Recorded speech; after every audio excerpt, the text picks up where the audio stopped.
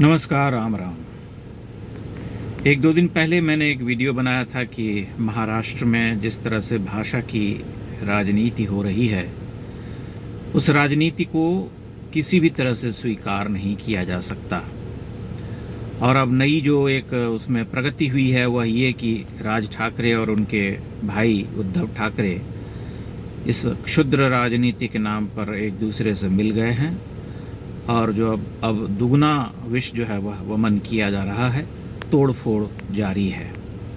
लेकिन मूल प्रश्न यह है कि क्या ये लोग जो मराठी अस्मिता, भाषा, संस्कृति की राजनीति कर रहे हैं, क्या ये वाकई मराठा अस्मिता या मराठा संस्कृति का प्रतिनिधित्व करने वाले लोग हैं? आप ध्यान से देखिए, महाराष्ट्र वो धरती है जहां लोकमान्य तिलक जैसे नेता हुए, जो निर्विवाद रूप से भारतीय स्वतंत्रता आंदोलन में गांधी के आने से पहले सबसे बड़े नेता माने जाते थे।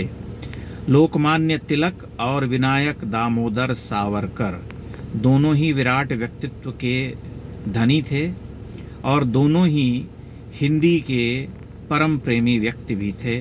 दोनों खुल करके कहते थे कि हिंदी को राष्ट्रभाषा होना चाहिए।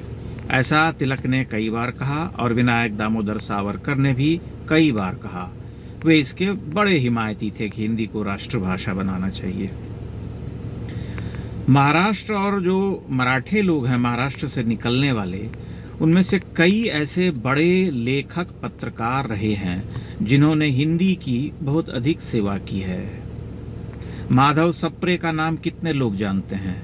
माधव सप्रे का जन्म तो यूं मध्य प्रदेश में हुआ था, लेकिन वे थे तो मूलतः मराठी भाषी ही। लेकिन माधव सप्रे ने हिंदी में काशी नागरी प्रचारणी सभा के तहत प्रथम वैज्ञानिक शब्दकोश को बनाने में सबसे बड़ी भूमिका निभाई थी। वे बड़े पत्रकार थे और हिंदी के प्रारंभिक कहानी रचनाकारों में से एक माने जाते हैं, बल्कि सबसे पहले रचनाकारों में उनकी गिनती होती है।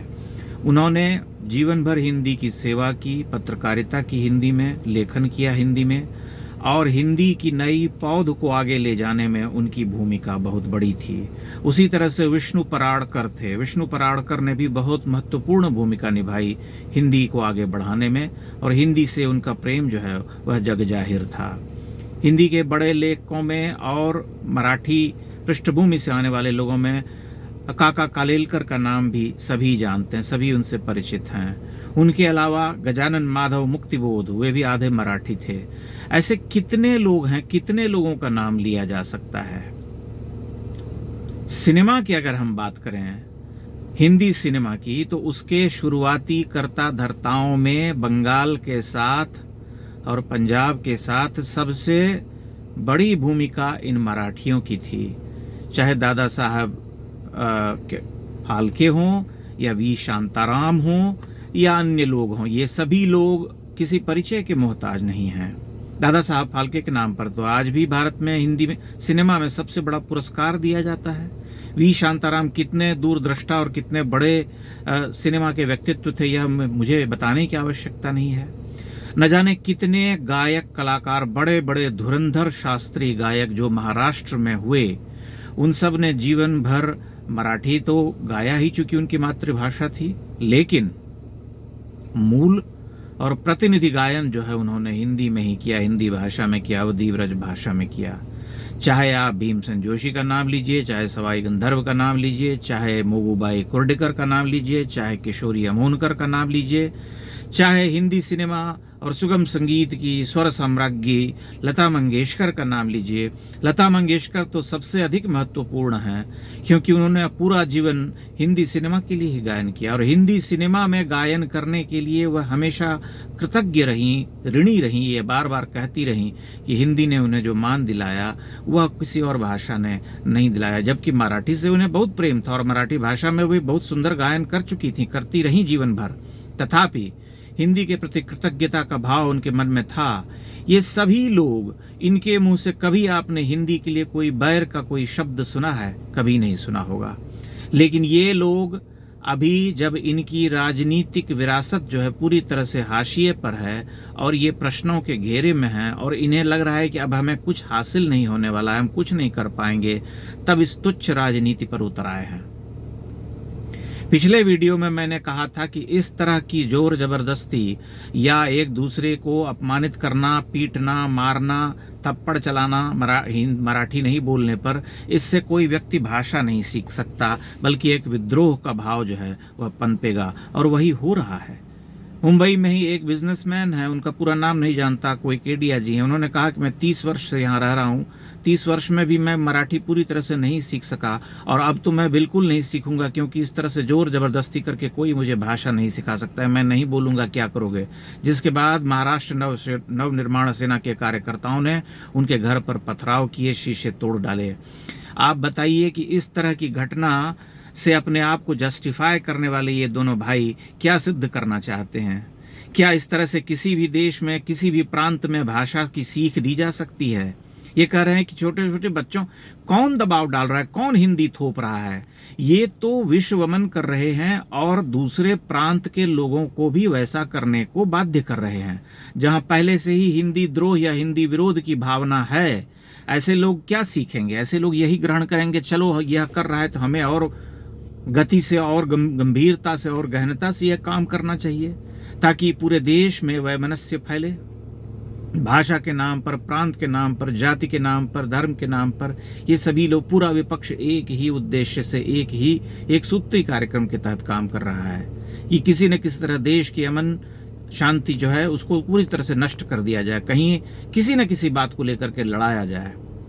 अब बताइए, जो सामान्य लोग हैं, जो जन सामान्य हैं, जो मराठी पृष्ठभूमि या मराठा राजनीति से परिचित नहीं है उस तरह से, वे तो यह समझने की भूल कर सकते हैं कि अच्छा महाराष्ट्र में हिंदी भाषियों से घृणा की जाती है, जबकि वस्तु स्थिति ऐसी है नहीं। जो सामान्य लोग हैं, जो जन सामान्य हैं जिसे हम कहते हैं, उनके मन में यह सब बात आती नहीं कभी। कितने लोग वहाँ कार्य करते हैं, लाखों लाख करोड़ों की संख्या में अन्य प्रांतों के लोग रहते हैं, वे वहाँ का धंधा पानी संभालते हैं। उन सब के जीवन में ऐसी कोई परिस्थितियाँ सामान्य मराठियों के कारण कभी नहीं आई, लेकिन आज कुछ लोगों के कारण, राजनीति की रोटी सेकने वालों के कारण उनके जीवन में ऐसी विकट परिस्थिति आ गई है कि उन्हें मराठी न बोलने के कारण या मराठी नहीं आने के कारण अपमानित होना पड़ रहा है, उन्हें पीटा जा रहा है, मारा जा रहा है, सरेआम थप्पड़ लगाए जा रहे हैं, दफ्तर में बुला बुला करके उन्हें पीटा जा रहा है, कान पकड़वाया जा रहा है। इस तरह की घटना को कैसे कोई जस्टिफाई कर सकता है? महाराष्ट्र के मुख्यमंत्री ने क्लियर कट शब्दों में कहा कि हम बर्दाश्त नहीं करेंगे, लेकिन यह कहने से क्या होगा? जब तक कोई कानूनी कार्रवाई नहीं होगी तब तक ऐसी घटनाएं होती रहेंगी, और इससे तो वहां पर काम करने वाले लोगों का जो मनोबल है वह टूटेगा। वे उस प्रांत में बरसों से रह रहे हैं, प्रेम करते हैं, अपना सर्वस्व देते हैं वहाँ पर रहते हुए। ऐसा तो नहीं है कोई विरक्ति का भाव है। जो यहाँ से लोग जाते हैं, मुंबई शहर की इतनी प्रशंसा करते हैं कि मुंबई जैसा शहर भारत में दूसरा शहर नहीं है, वैसा मेट्रोपॉलिटन सिटी नहीं है। मेरे ही कई मित्र जो मीडिया में काम कर चुके हैं, वे सब मुंबई में रहते थे और भूरी भूरी प्रशंसा करते थे कि मुंबई एक लाजवाब शहर है। लेकिन अब क्या हो रहा है? जनसामान्य को अगर इसी तरह से प्रताड़ित किया जाएगा तो वो लोग कैसे वहाँ काम करेंगे, कैसे रह पाएंगे? यह एक अत्यंत ही विचारणीय प्रश्न है, इस पर गंभीरता से विचार करना चाहिए। और इस तरह की राजनीति को अनंत काल तक चलते देने रहना कोई ठीक बात नहीं है। इस पर सरकार को गंभीरता से विचार करना होगा कि इस तरह से किसी भी प्रांत में किसी भी अन्य भाषा भाषी लोगों को मारना, पीटना या अपमानित करना ठीक नहीं है, इसे स्वीकार नहीं किया जा सकता। इससे जन सामान्य में केवल बैर का भाव पनपता है और वे एक पूर्वाग्रह के साथ किसी भी प्रांत या किसी भी अन्य भाषा भाषी व्यक्ति के बारे में, समाज के बारे में निर्णय लेते हैं या विचार करने लगते हैं। बहुत बहुत धन्यवाद।